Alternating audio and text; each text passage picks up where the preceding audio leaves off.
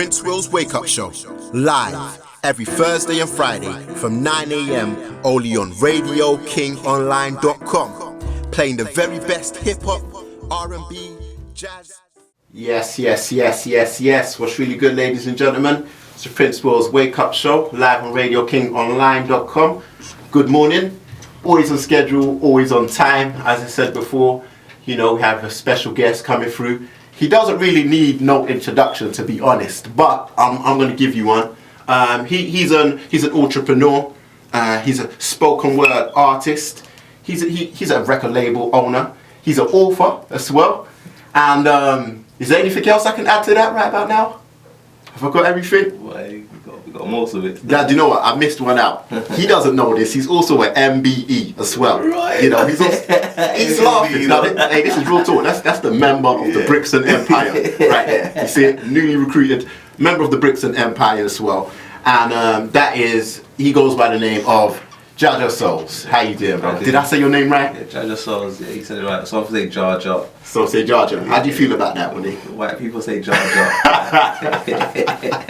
I respect that, man. It's all good. Welcome to the show, man. Thank you for coming down. Yeah, man, it's all good. Yeah, man. Are you an early bird? Are you usually up early? I'm off early, but I'm tired today. I'm always up early, but I'm always tired in the morning. I hate mornings. Ugh. Oh, for real? But yeah, I work. I can't do so much projects. I'm always up early, so yeah, I hear that. That's what when you're a businessman, you have to hit the road early. I hear that, man. You always got a lot of projects going on. That's one of the reasons why I brought you down here, of course, why I invited you down here, so to speak.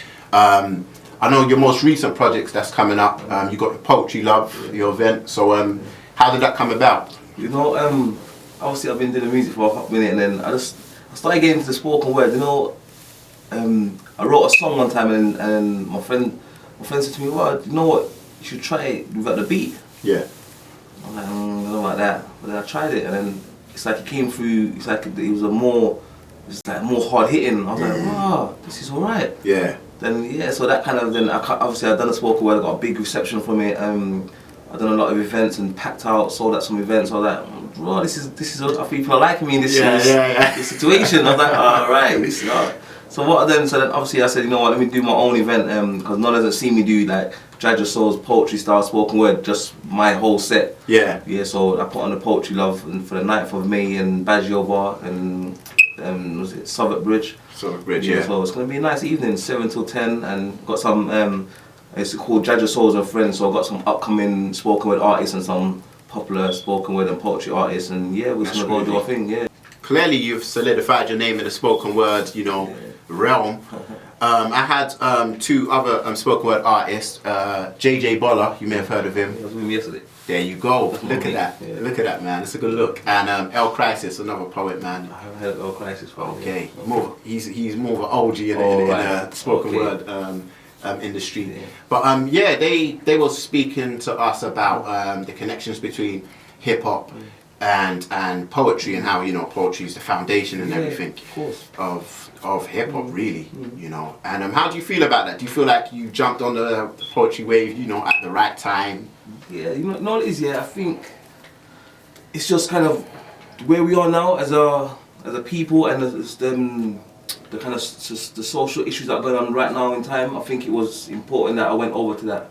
Yeah. Like, I think I have a big mouth as well when it comes to certain things. Like I think certain issues need to be addressed right now in the times we're in now, and I think I'm the right person to do it. I have no fear factor. Yeah. So I had to say what I want. I think the people need someone that is willing to just say, no, I say what I want. I'm not trying to get a deal. I'm trying to be on TV. I don't care. I'm just doing it. So I think that's what we need right now. And I think poetry, spoken word, gives you a platform to just address those issues straight. Artistic. You can be political, you can be social, you can do entertaining, but in a creative avenue, more with the music's more got a beat and dancing around. And I think where music's going now, I think people are kind of tired of it now. Like, oh, this music's getting on my nerves. I think it's kind of like the message has gone totally out of music. So I think people are more looking towards spoken word now. So yeah, I think it's a good time for me to that avenue. I hear that. So speaking of freedom of speech, I didn't want to go all the way in, but since you mentioned it, I need to state it. Recently, of course, the is it hip hop? The Hip Hop Ain't Dead show. Oh right, yeah. Yeah, that came about like about a week and a half ago, 2 weeks ago, and you had different artists on the bill. You wasn't there at that event, was you? The first one. Yeah, the first one. Okay, but of course, the most memorable thing from that night was comments made by English Frank saying, I'm not being racist or anything, but that's an African man. He's African. I didn't really get much response, you know, from the public as to that comment right there, but I felt that it was out of hand really, and especially in an event that's about hip hop, it's not really on, you know. I don't know. How do you feel about that? If you was invited, would you perform at the show, knowing that, you know, comments like that can fly by and it's supposed to be a hip hop event? Or well, I wasn't at that show. Obviously, I was scheduled to perform at Hip Hop Isn't Dead last week, and I cancelled the show obviously because of those same reasons. I pulled out of it. Yeah, so I don't know. Frank's like that gets drunk sometimes, and obviously being around, having a certain white privilege, and also being around black people that speak like that. Yeah, you just got comfortable in it. You get a bit comfortable, and it starts being. You kind of, it's just funny, innit? It's just the same. So that's how he kind of looks at it. Like, he made a mistake and it was funny, but at the same time, it's for also black people to look at the way we're representing ourselves as well. Yeah, most definitely. Yeah, because he's around. It's not that it's right, but he's around people that kind of diss their own culture all the time, or misrepresent their culture. So, and the one thing with me, I don't really.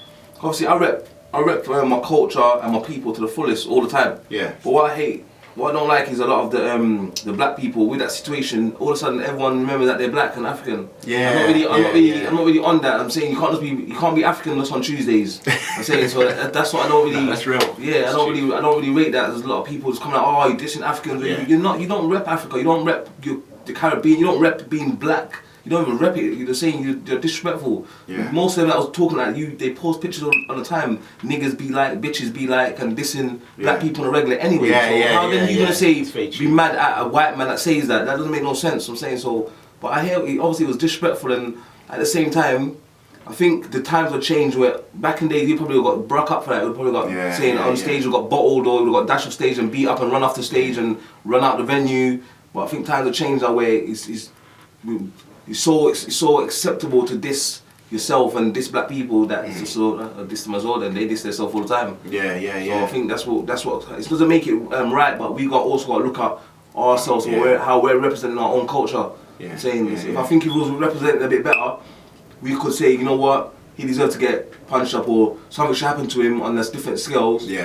Or he should get blackboarded for 2 years, or something should happen on a different scale. But we don't represent our culture, so to even say that. To say that, really, I feel you. Yeah, I feel you 100%. So with that being said, obviously, you know, you just mentioned about representing the culture. So you've got this new visuals that just came out for that was from the Message album. It's featuring Akala and Swiss.